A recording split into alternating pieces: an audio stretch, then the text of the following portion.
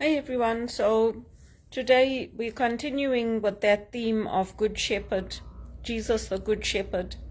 And that title is now passed on to us because we are the ones now entrusted to be a shepherd for others, to look after others, to help others, to nurture others. And when people come to know our voice, they get to know us, to like us, and to trust us. If people trust us, they are trusting us to do the right thing. They're not trusting in us to find that we are going to let them down, turn around and stab them in the back, not do right by our communities. So everything Jesus says about himself, he also says about us. And that's the promise that he's given to us in the Bible, that whatever he did, we will do even greater things in his name, as long as we stay joined onto him and as long as we remember to pray both in good and in bad times. It doesn't mean that we can stop the bad from happening. Sometimes we can't, but we can still keep our faith in the Lord. And for me, I'm grateful to my colored friends. It's always my colored friends that help me. It's never the Indian friends or the white friends or the Goan friends. The Goan people that help me are considered my family. So the De Silvas and those people are excluded. But it's always my colored friends that help me. And one of my Indian friends from high school. Especially now when I have no money at all to live on. I have nothing at all that I can do. It's my colored friends who are helping me. So I'm very grateful to them for their sacrifice for me. And even that $100, it helps me to go, that money goes towards my rent, because I'm still waiting for my Ontario works to come through. And one of the things I would like to reflect on today, because today is Freedom Day in South Africa, it's important for us to remember that Indians, blacks and coloreds didn't have the full right to vote in South Africa until 1994.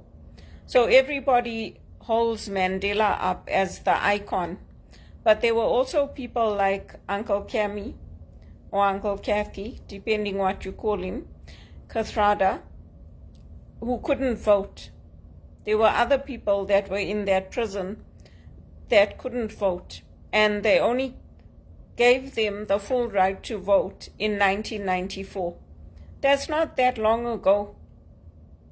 And that poverty, that inequality is passed on generationally, because the systems in this world are set up that unless you happen to connect with the right people who can open those doors for you, like Cyril Ramaphosa, or I don't know who else I can mention, Elvis, even though he was taken advantage of by Colonel Tom Parker. Sometimes things don't fall into place. You'll end up building generational poverty. And of course, that's not what we want. So by my colored friends helping me, we're actually lifting each other up, because I don't see the whites doing it. I don't see all my white friends who are coming from privileged backgrounds running to help me, running to give me $100, including those from Wits. I don't see them doing it. It's my colored friends. Why? Because we've gone through that struggle together. We've gone through that discrimination together. The whites don't know it. They might know it now because other communities are coming up, the Indian communities, the colored communities, the black communities, but they don't know it the way we know it. They've never had to go through the struggles that we've had to go through. And so for us, our faith is even more important, and holding on to Christ, praying in good and bad times. Because I'm going to carry on putting this thing about worrying on my page, because I'm tired about hearing people saying, I'm so worried about you. And most of the time when people contact me, They're not really worried about me. They're contacting me so they can go and tell somebody that, oh yeah, I spoke to Belinda, or oh yeah, she's doing this, she's doing that. They're worried about the person they married to, or they're worried about their children. So they're using me to bring up my name.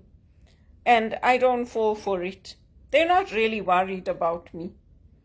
And Jesus tells us not to worry, to put our faith in the Lord, because worry builds stress in your body. That stress leads to you putting on weight. It leads to obesity. It leads to heart problems. It leads to high blood pressure. Why? Because people are worried. They're worried. And then they get more worried and more worried. And then the Bible saying, don't worry about what you have to eat and drink and all these things. Your Heavenly Father knows that you need those things. And that message was coming from a time where Jesus saw his own people crucified. He went through the same things that we are going through. The women and men went through the same things, and they kept their faith. But because people keep contacting me saying they're worried, I'm also going to keep posting about I'm worried. Because where is my money going to come from? Am I going to shake the trees? Is it going to fall from the trees? Or where am I going to live? I'm worried. Because this country is not putting the proper supports into place. They're not putting in that support of the basic income of $3,000 or $4,000 a month. They're saying this is your $200 and you can go and line up, put your name down for the subsidized housing. And if there's a 5-year wait, that's not our problem. It's not our fault you landed up losing your job. We're just trying to help you. That's their attitude. So, I'm worried. My faith is not in that worry. My faith is in the Lord.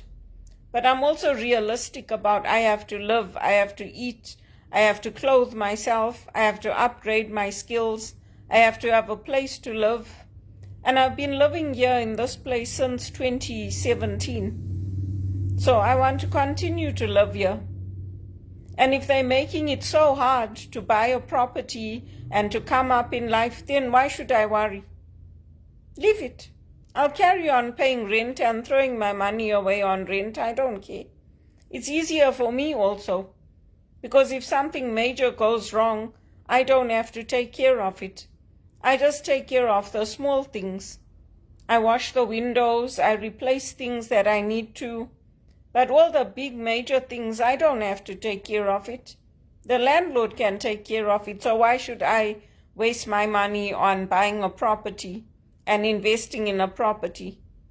It's not like anybody will come to help me. If I have a property, then I need to hire people to help me to fix the major things, just like I do here. I pay for people. People are employed when we need them to come in and do the big jobs like cleaning the vents. We don't do that because we're not qualified to do it when we live in this building. So I still pay for it. Whether I'm renting or whether I'm owning, I'm still hiring somebody through the management of this condo to come in and do those things that I can't do, that I'm not qualified to do. And so for me, all those colored friends of mine, they are a good shepherd to me. They are the gate to me.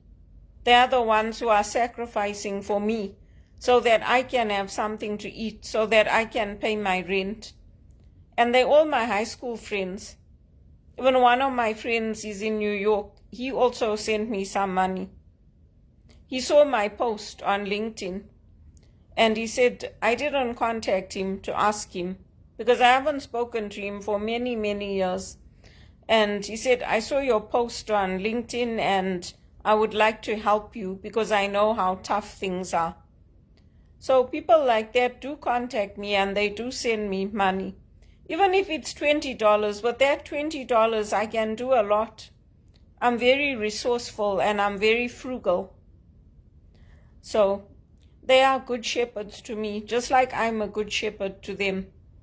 Did any of these people that I worked with, any of these managers and executive and all of them, did any of them send me any money to say, here's some money for your rent? They're earning millions. Did they do it? No, they didn't. They didn't. Not even a penny. Even Bill Gates, where is he? Bill Gates, Justin Trudeau, Stephen Harper, I helped all of them.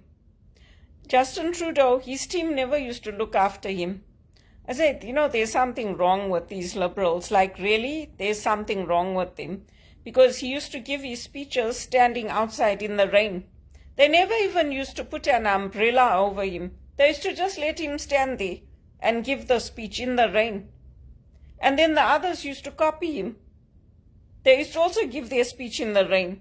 I'm like, you know what? I can't do it for all of you. I used to tell him, tell your staff that you need an umbrella. You're giving your speech in the rain. Then he used to stand in the cold. I'm like, what's wrong with you people? Go inside. You have nice buildings. This is Canada. You can put a table, put some microphones, put some chairs, sit there and give your update. Then they did that. I have to tell them in this country, in this day and age, I have to tell them on social media. Otherwise, they wouldn't have done it. And this is supposed to be our government. So that's how we have to be shepherds for one another. They didn't look after him. You think they looked after him? He went to the mosque there, they threw stones at him. Then somebody has to comment like me to say, oh, you need to tighten up Prime Minister Trudeau's security because they threw stones at him. So, and then they voted in Prime Minister Carney. Prime Minister Carney is the one that was advising him and guiding him and all that. And then just as he started picking up in popularity, the government revolted. Who looked after him? Who? Ask Sophie, who looked after him? She knows. I looked after him. I was a good shepherd to him. So where's the money? Where's their donations? They got big millionaires. Bono also. He's telling everybody he loves me. Oh, please give me a break. How embarrassing for his wife and his children, and even for me and the volunteers, how embarrassing to take that kind of a message to his staff. And then they don't even have the thinking to not bring it up on a call. They bring it up on a call where all the volunteers are going to be there. So what is the purpose of telling people that? You don't give me even $20 to pay my electricity. Electricity is expensive here. They give you, at least if you apply for it on welfare, they give you a subsidy of $50. You still end up paying on top of that. He didn't even give me $20 for food. So why is he telling everybody he loves me? And then his posts are about like, oh, I have a Messiah complex. Did he read the Bible where the Messiah says you have to feed my sheep? Or he only read the part where he becomes king and he goes all over the world traveling? He told everybody, even told people at the church. I don't even talk to the priests about it because I'm like, you know what? What's the point? Did he come to your church? Did he come here to Blessed Sacrament? He didn't even come. If you want to be a shepherd, you have to walk with the sheep. You have to walk with the people. And that's what my colored friends are doing for me. That's what they're doing for me. That's what it means to be a good shepherd. Do I drink? Yeah, I drink. I went to this event on Saturday and I had a brandy and Coke and I enjoyed it. It was nice. And they had some champagne and they had some wine. I drank it and I enjoyed it. Just like Jesus, I enjoyed my life. That's what it means to be a shepherd. Celebrate the life. I might be dead tomorrow for all you know.